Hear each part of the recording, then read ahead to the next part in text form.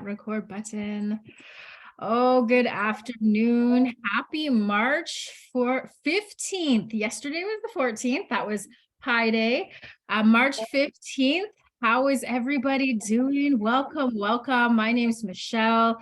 I am joining from the nice spring day. It feels like a spring day here in Amiskwaci, Waskagan, Edmonton Treaty 6 territory.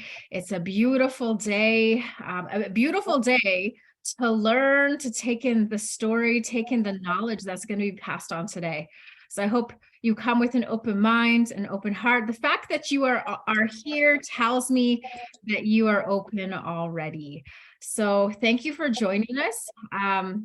You have joined Innovate BC. So just to giving you a heads up, in April, we're going to keep this time frame, but it's just going to be Webinar Wednesday.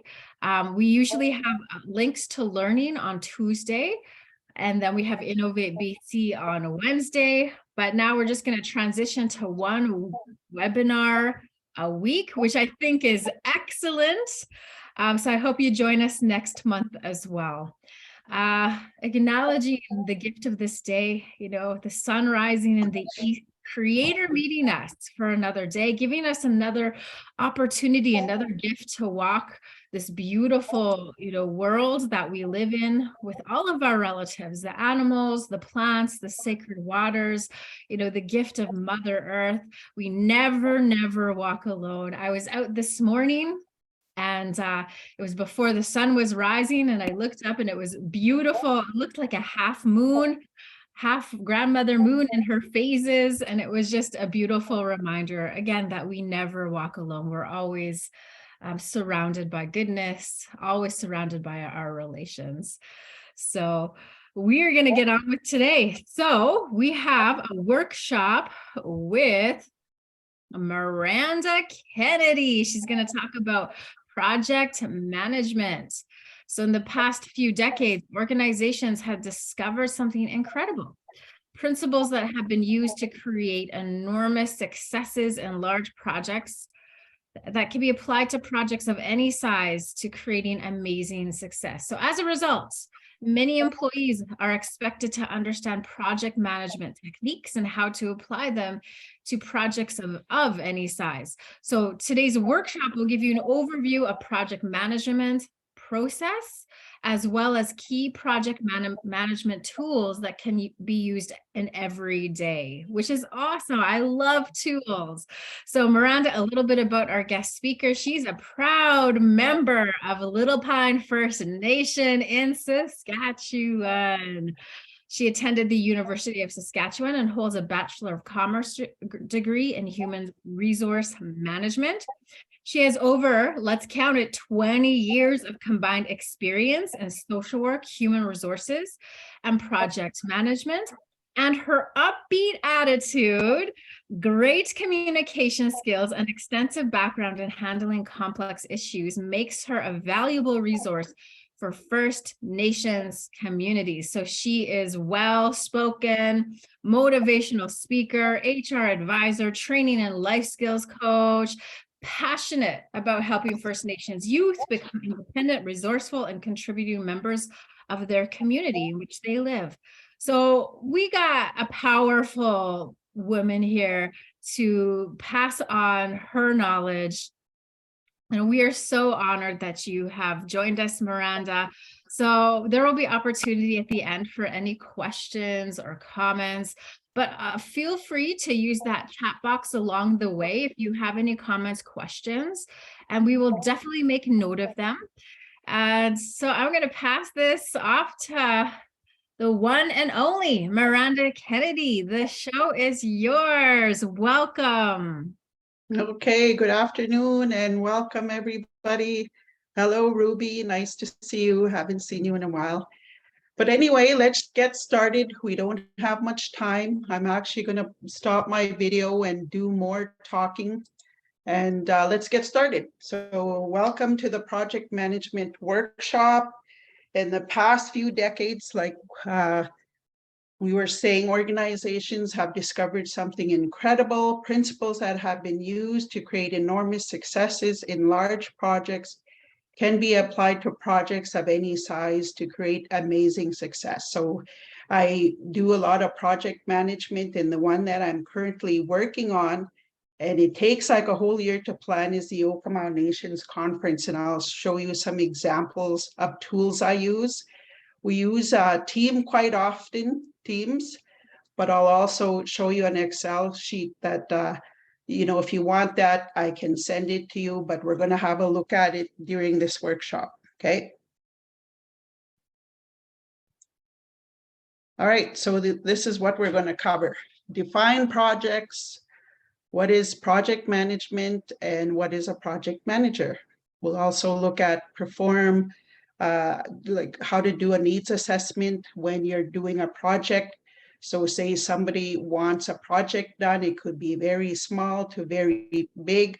So you're going to want to know how many people are going to be involved. Is it just yourself, or is there a team of people that are going to help you do this project, right? And then once you've done that and everyone agrees this is how we're going to do it, and we're having weekly communication during that time just to see how we're progressing through the project. We also need to do a schedule.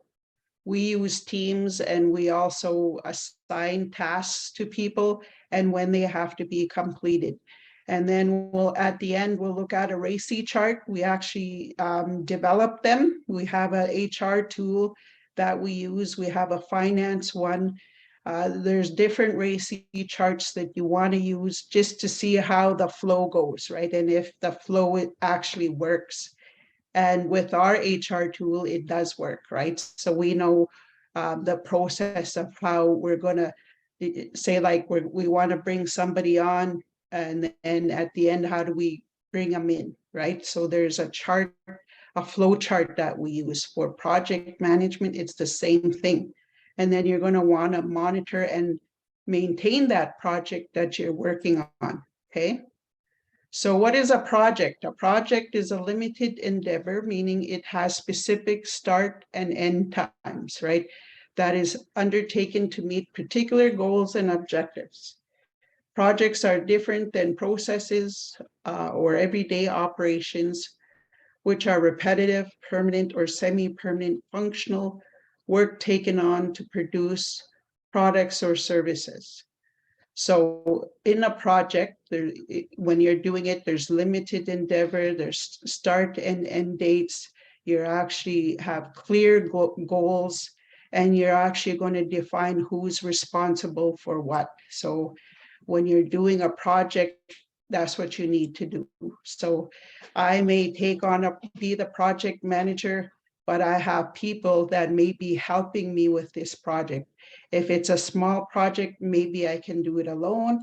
If it's a bigger project, I may need key people to come in and help me with that project, okay? So what is project management? Project management is the combined art and science of planning, organizing, and managing resources to get a particular project done on time, within budget, and with the results that the organization sets out to achieve. There are many types of project management designed for different scenarios and different industries. So different companies, different organizations, corporations, because they're all three are different, they're wanting different projects to be done, right? So as a project manager, you're going to be negotiating what kind of project it is and who's going to help you. And a lot of it is planning, organizing, and managing your resources. And it has to be within budget. So they may have a budget, they may not have a budget. Those are things you're going to discuss during that time. Okay, so what is a project manager? A project manager is the person responsible and accountable for accomplishing the stated project objectives. Key project management responsibilities include creating clear and attainable project objectives, building the project requirements, and managing the triple constraint. And we'll talk about that later. The project manager is often required to perform a juggling act, balancing what the customer wants and needs with what the team can provide in a particular time frame and with a particular budget. A successful project manager has a wide range of skills and continues learning, right? So you're always growing and learning as you're doing different projects. But these are the key skills you need to have as a project manager. You need to have leadership skills. You need to know how to negotiate. You have to know how to influence and persuade people to say, you know, I'm the best person for this job. You have to be a project leader, manager. You have to know how to communicate with people. So with me, I have to reach out every week and let people know where I'm at, especially say if they're hiring me to do policies, right? Then every week I'm meeting with them at a certain time and date, and I'm letting them know where I'm at with this project. The other one could be the Okinawa Nations conference I'm also working on. I meet with people every 2 weeks. Every Monday we're meeting and we're going over, because everybody's assigned tasks, right? But I'm the project lead. So people have to let me know where they're at, and I'm letting them know what I'm currently doing and what I've accomplished or need to do, right? The other thing is time management. You have to have time management skills, and you have to learn how to handle stress, and anger management is something you need to have, right? So you can't get frustrated and angry and stressed if things aren't going the way you want it, because ideally there's a customer that you have to appease. So when they hire you to do a project, you got to make sure that you're doing it to the best of your ability. Okay. All right. Next, the triple constraint. We talked about that earlier. This is the balance with your project scope, and you're going to balance it with the time. So there's got to be a schedule and your budget. So there's a cost associated with the project you're doing. So during the planning phase of a project, the project management team defines the project scope, the schedule, which is the time frame, and the budget, the cost of this project. As the process continues, the project managers discover that there may be changes or adjustments that need to be made in one of these areas. So when this happens, the other factors of the triple constraint, like you see here, are likely to be affected as well. For example, if the budget, like the costs, increases, so if you see budget there in black, it is logical to assume that the scope and the schedule will also increase. The same thing happens if the cost decreases, then the scope and the schedule, the time will decrease too. It is the job of the project manager and sometimes the project team to identify how a change to a single element will change the other ones. Okay, so that's the triple constraint. So if one is affected, then the others will too. Okay, it doesn't matter which one. Okay.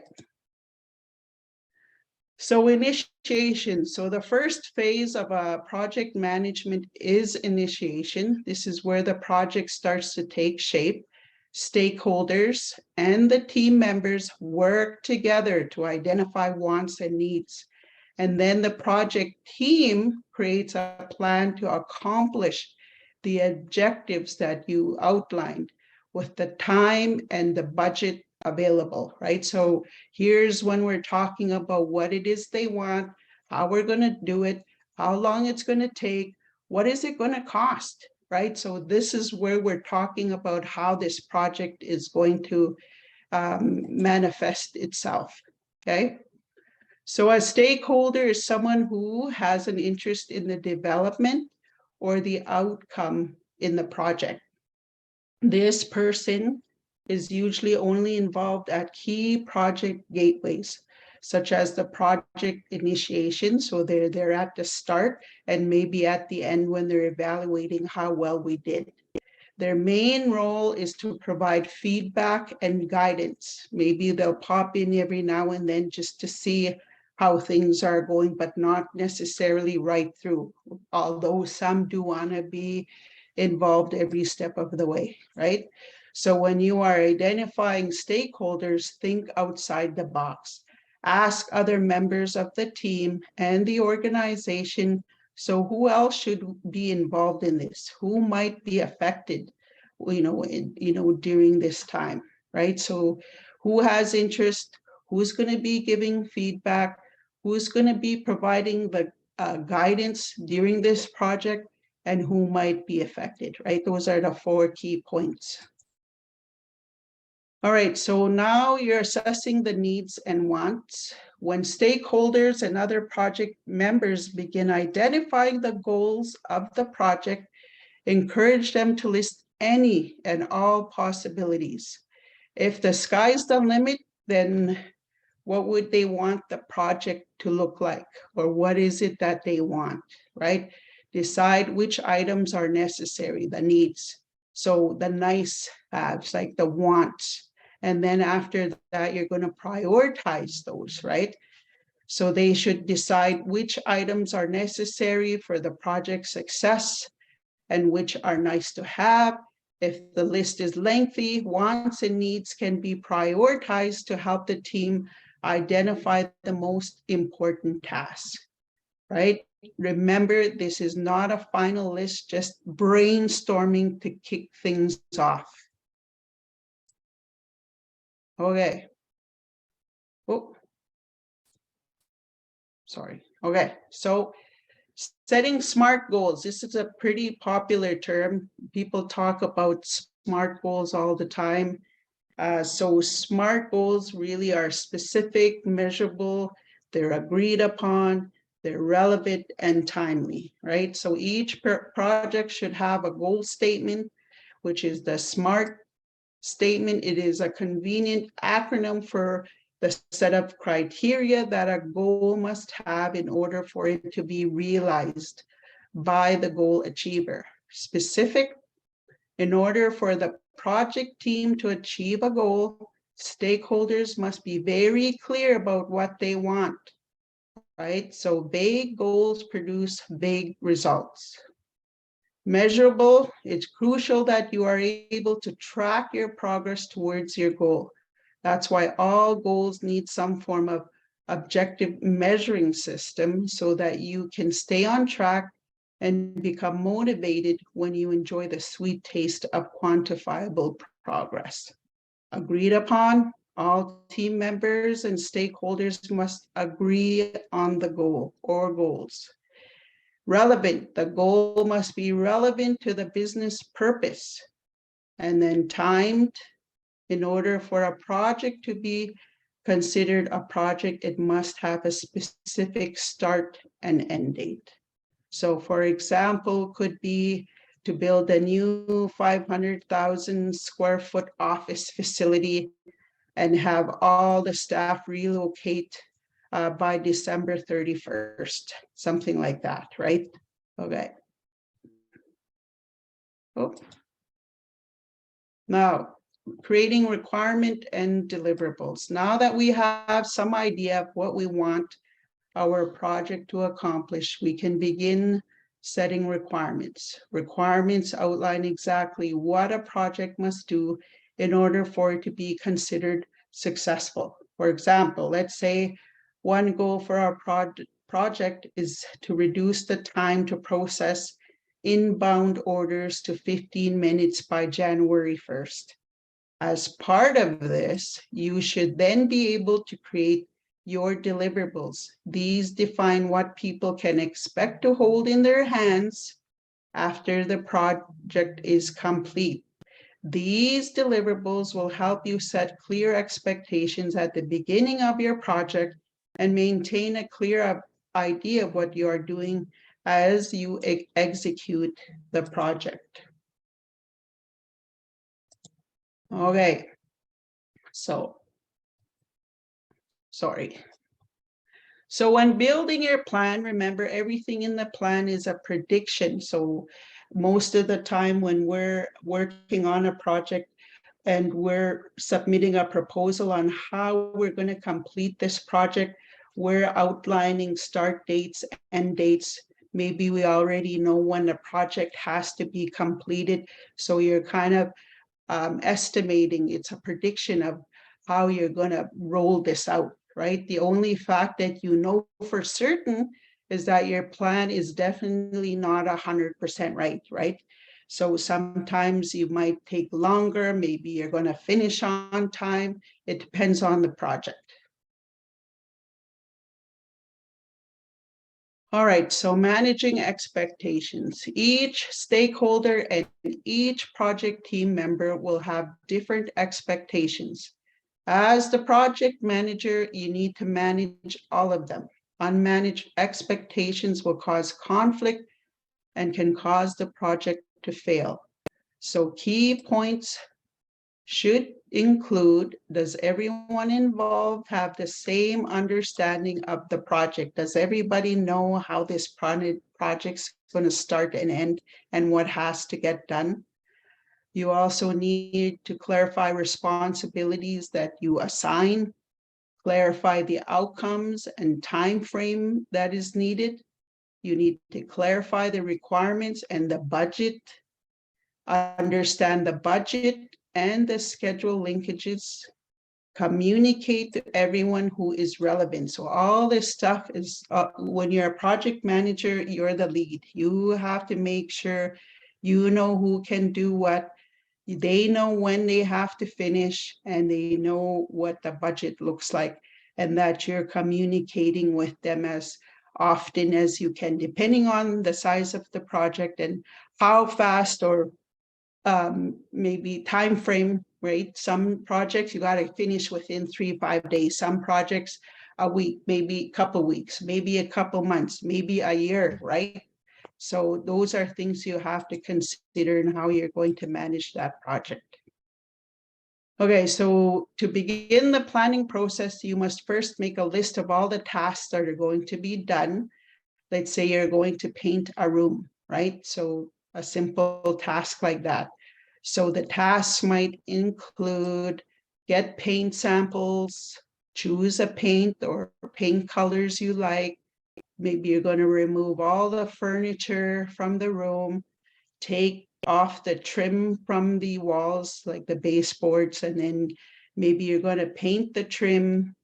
You're going to apply the first coat, then apply the second coat, then you're going to put the trim back in, and then all the furniture back in, right? Those are just how you create a task list. How detailed the task list becomes is up to you. We suggest writing the task list in the way that will accomplish it. For example, if you're going to apply the first coat of the paint yourself, you may want to include all steps such as crack filling, sanding, taping, etc. If, however, you are contracting the task out to someone else, they're going to probably apply the first coat that you're saying they're going to do this. And maybe that's the only item that you want them to do.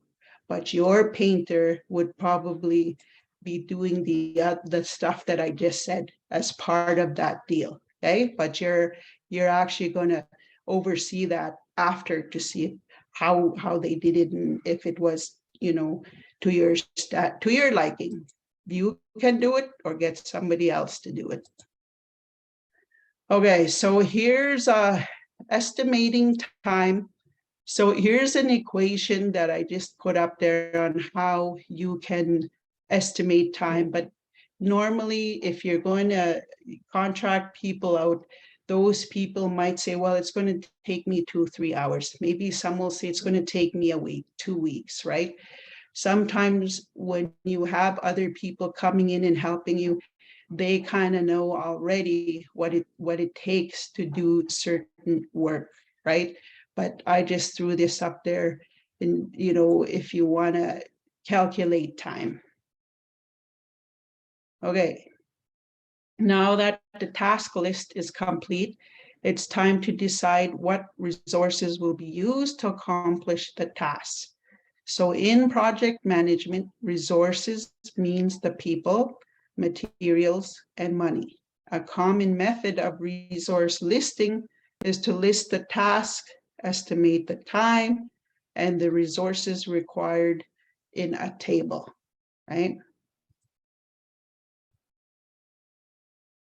So estimating costs, your next step is to add cost information to your table. Make sure to include pay information for everyone, even project team members, and to include line item cost information for each material resource. And everybody has their own method of how they project costs, right? So people may give you an estimate, maybe you already have one, but this is something that you have to do, right? What are you going to pay certain people to do certain work? What is it going to cost if we order this material from this vendor or that vendor, and doing all those, right? Estimating maybe 2 or 3 costs, right? And resources. Who do we need to complete this project? Okay, and then there's a schedule. I'll show you, I'll give you a sample question schedule after this. So the next task is to build the schedule. This will be for most important documents during the project. It will grow and change throughout the project.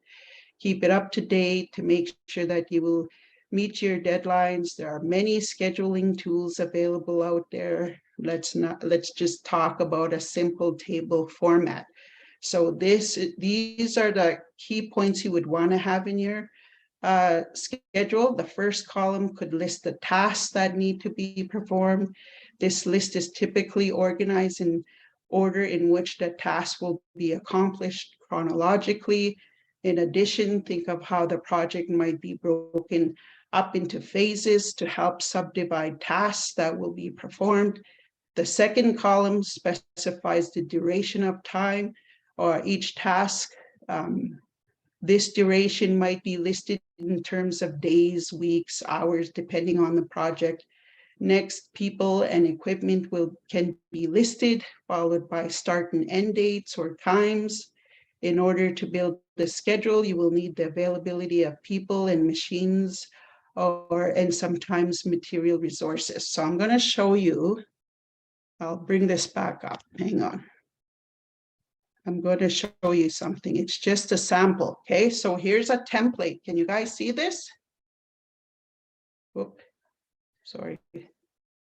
Where is it? Here's a template. Okay, so on here, right, I put here, this is one of the projects I'm working on. Okama Nations Conference. I'm the project manager. Here's a goal. I have to select a venue. So I got to identify, go look at some venues. I said, this is high priority. I've already completed it. And I started this in October 30th. And I went and looked at a few different ones. I sent it to the committee for approval.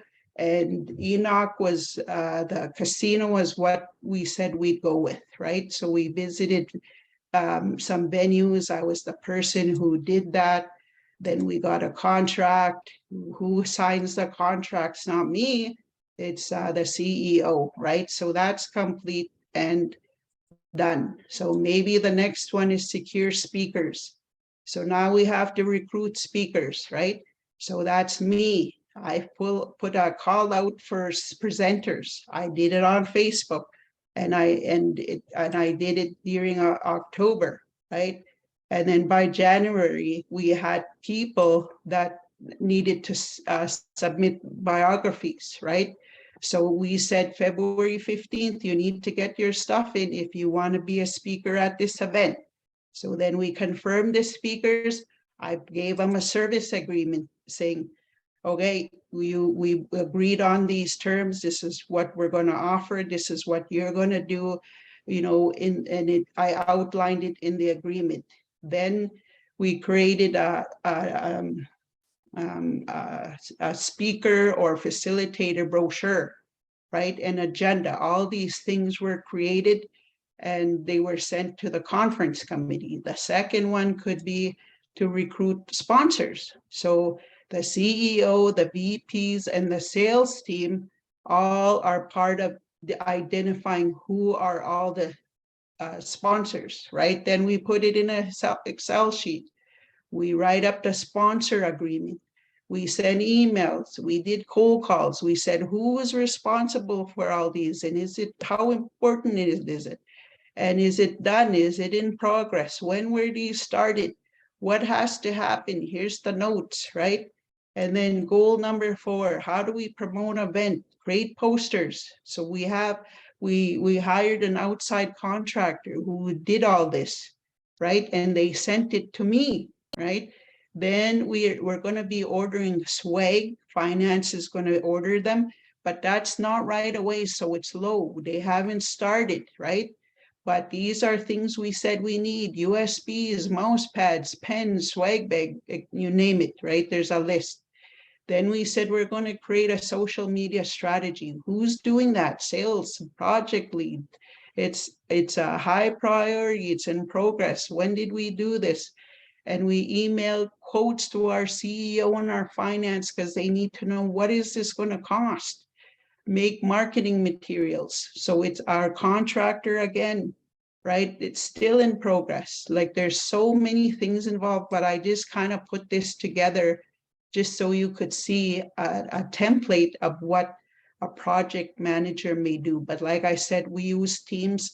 We actually give people tasks to complete on Teams. So we're all on Teams, and we all know we've all been assigned different tasks to do for this event. But this template is for you to see and use if you don't have software that you use when you're doing project management. Okay, so that's that. Oops, what did I do here? Can you guys see this? All right, so creating the schedule is one.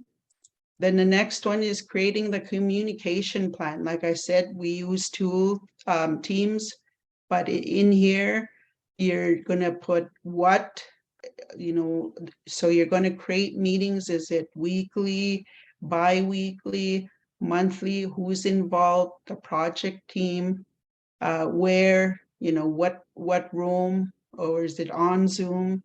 When you're saying every Monday at 9 a.m. you're going to have these meetings. Why are you having these meetings? To report issues encountered, or maybe upcoming tasks that need to be done, right? And how we're saying in person or Zoom, right? So you need an effective communication tool when you're a project manager. The next one we talked about was RACI charts, right? So if you look at this here, this is there's different. Miranda, sorry to yeah. interrupt. I Yes. don't think we're seeing what you're talking about. Oh, you don't? Okay, hang on. Can you see this now? Yes, thank you. Okay. You want me to go back to the first one? Yeah, because we missed that. Okay. All right. So here's a communication plan. Here's the written format, right? So you may have a work plan. You need something so that you're keeping yourself and everybody accountable for their completing tasks, right? So you're wanting to meet with them weekly, bi-weekly, monthly, depending on the project, right? So what is the meeting about? Who's responsible? Where are we going to have it? When we said every Monday at 9 a.m. Why? To report issues or upcoming tasks that weren't done or need to be done. And then how are you meeting? Is it in person or Zoom, right? So that's the communication plan. The next one is the RACI chart, right? We talked about this earlier. So there's different formats, but this one here is just for this purpose. So a RACI chart is an excellent way to outline who's responsible for what during the project. So if you look at this, it says here, R is responsible for the execution, A is the approver, C is you are going to consult with this person. And then I is you're keeping them informed. Okay, so for example, if we're going to build a widget, first we need a plan. So build a widget plan. So we're saying who is responsible for executing? I said MK is, right? And then who's the approver? TB is going to approve this plan. And then keeping informed is I. We're just going to keep JR informed and SS, right? To build the widget, we're going to say C, that you need to consult with TB and MK, and only keep JR informed, but it's SS who's actually going to be executing how to build this widget. Ship widget to customers, right? Now that it's done, who's going to ship this out? We're saying JR is. JR is going to ship this out. They're going to let SS know that it's done. They're going to let me know, but it's actually TB who is going to approve this, is approve that it be shipped out. So she's saying, okay, TB, it's time to ship this out and I'm going to do it tomorrow. And I'll let MK and SS know that I'm doing this, right? Really, the RACI chart is really good that way. So you know who's responsible for what. And we have an HR RACI chart. We have a finance RACI chart. So that those charts are really good, especially when you're beginning a project or bringing a new person in. They know how the system is supposed to fly, right? Who does what, who approves what, who's responsible for what. And then you're going to monitor the project, right? So you're going to have meetings on how it's going. You're going to have regular status report, what's working, what didn't work, what we had to do differently. These are all hands-on observations. So you're monitoring how things are going, right? Next, preparing for closeout. So closure of a project can be difficult, right? So particularly if the project has been long and or difficult, or if team members will not be working together afterwards. To help team members get through this tough time, make sure they know what they will be working on after the project. Make sure they know who will be reviewing their performance. If it is not you, let them know that you will pass on the information about their performance to their regular supervisor. This expectation should be been set out at the beginning of the project to encourage team members to come to you with questions. So these are some things you have to do when you're just finishing. Another important part of project closeout is scope verification. This is where stakeholders and team members meet to determine whether or not the project did what it was set out to do. This checklist can be used as a guide for scope verification, where all needs met, where any wants met, where all SMART objectives achieved, where all deliverables met.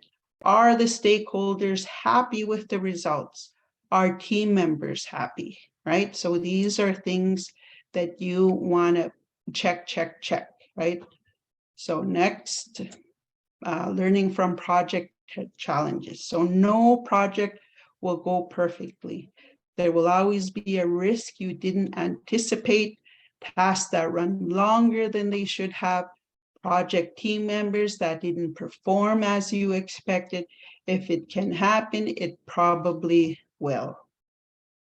Meeting with team members and stakeholders to identify lessons learned throughout the project is a valuable exercise for several reasons. It ensures everyone is aware of the challenges encountered and what was done to resolve them. If something is learned from a mistake or failed endeavor, then the effort put into the task is not entirely wasted. Participants can apply these lessons to future projects and be more successful. Lessons learned should be documented and included with final project documentation. So a final to-do list. In addition to scope verification and lessons learned, the following tasks should also be completed during closeout. Pass on appropriate project information, training documentation, blueprints, troubleshooting information, etc., to the appropriate people. Ensure all payments have been made and paperwork submitted. Dispose of or return materials. All project documents, both electronic and paper, should be completed and compiled. Make sure to include the original document, the final document, and any revised versions.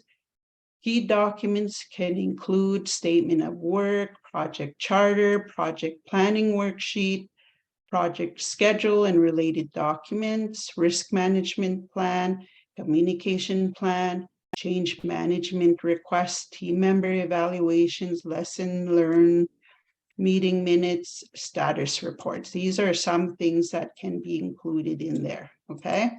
So lastly, after the project, take time to celebrate the things that the project team did well. Try to recognize each person for their contributions and accomplishments. Team celebrations, of course, are also an important part of project closeout.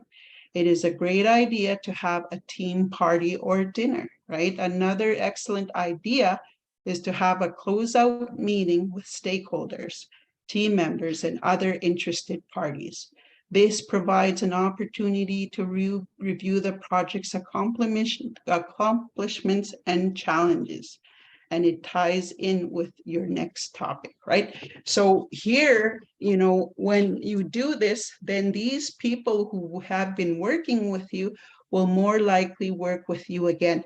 But it also gives you an opportunity to evaluate who did a good job, who didn't. Maybe you want other people involved next time. Maybe your stakeholders are so thrilled with the work that you've done that they're going to hire you again for other projects, okay? So that's it for me. That's the end of my presentation. Do you have any questions? All right, well, thanks so much, Miranda. Some tools, I believe, are you sending this to? Yes. Awesome. Any I'll questions? I'll send the PowerPoint and this. If you want this was just an example. There's a blank one I can send you, but this was here I did just for show and tell, right? Some things I've done, but we actually do it all on Teams, but I actually did one on paper format just so you could see some of the things I had to do as a project lead, okay? I just listed 4. Awesome. All right, Ken has a question. Come on in, Ken. Yeah. On lessons learned, do you have everybody sign off on lessons learned? Because it oftentimes. Oh, yeah. Okay, because oftentimes people will want to reshape the project halfway through and then say, well, that's not really what I wanted, and carry that right through to the end. Yeah. Oh, no, we always, that's why you have your weekly, bi-weekly, or monthly meetings, because you're constantly communicating with your team what's working well, what we need differently. Maybe this didn't work, let's try this, right? You're constantly communicating with your team, and they know throughout the whole project what worked and didn't work, so it doesn't come as a surprise. Thank you. Okay. Yeah, I think the communication piece that you have set up in this program is so important. So yeah, I also liked to see the celebration. We don't do that enough, right? We kind of go from one thing to the next, and I think it's important to make space. Any other questions out there? All right, okay. Great presentation. Forms were very helpful. Thank you. Another thank you, it was really helpful. So in the chat box, Amber is saying, I'm in HR trying to balance projects and hiring processes, commitments, both with strict timelines, milestones, etc., And both I'm trying to balance good relationships with coworkers and clients, customer service. So she appreciates tonight's presentation and will be taking these back to these resources for the projects going forward. So awesome. Mhm. That's really great. Yeah. And we love. Yeah, always have your committees that can help you. It's a group of people that can help you when you're in HR. I'm in HR. I sit in different committees within Okamau, and each one is doing something different, because like the conference itself, it's a big project, right? So there's committees for each one. So because you can't do them all. Yeah, exactly. All right. So this will be sent. So when you registered for this webinar, Mhm. you will all be sent a copy of the presentation today. Yeah, again, thank you for the templates. We got Alexandra saying in the chat box. So this is really great. You've provided some really good resources and tools today, Miranda. Thank you so much for your down-to-earth presentation. And one last call for any questions. I mean, it was really straightforward information. So thank you all for joining this afternoon. And, you know, this is all about building capacity in what we're doing and where we work. So I think that this webinar is an excellent, excellent resource and providing those tools. So thanks for joining us. Thank you so much to our guest speaker, Miranda. I hope everyone has a good rest of the day and a good rest of the week. And hopefully we'll see you again soon. Take care. Bye. Thanks for inviting me. Bye-bye.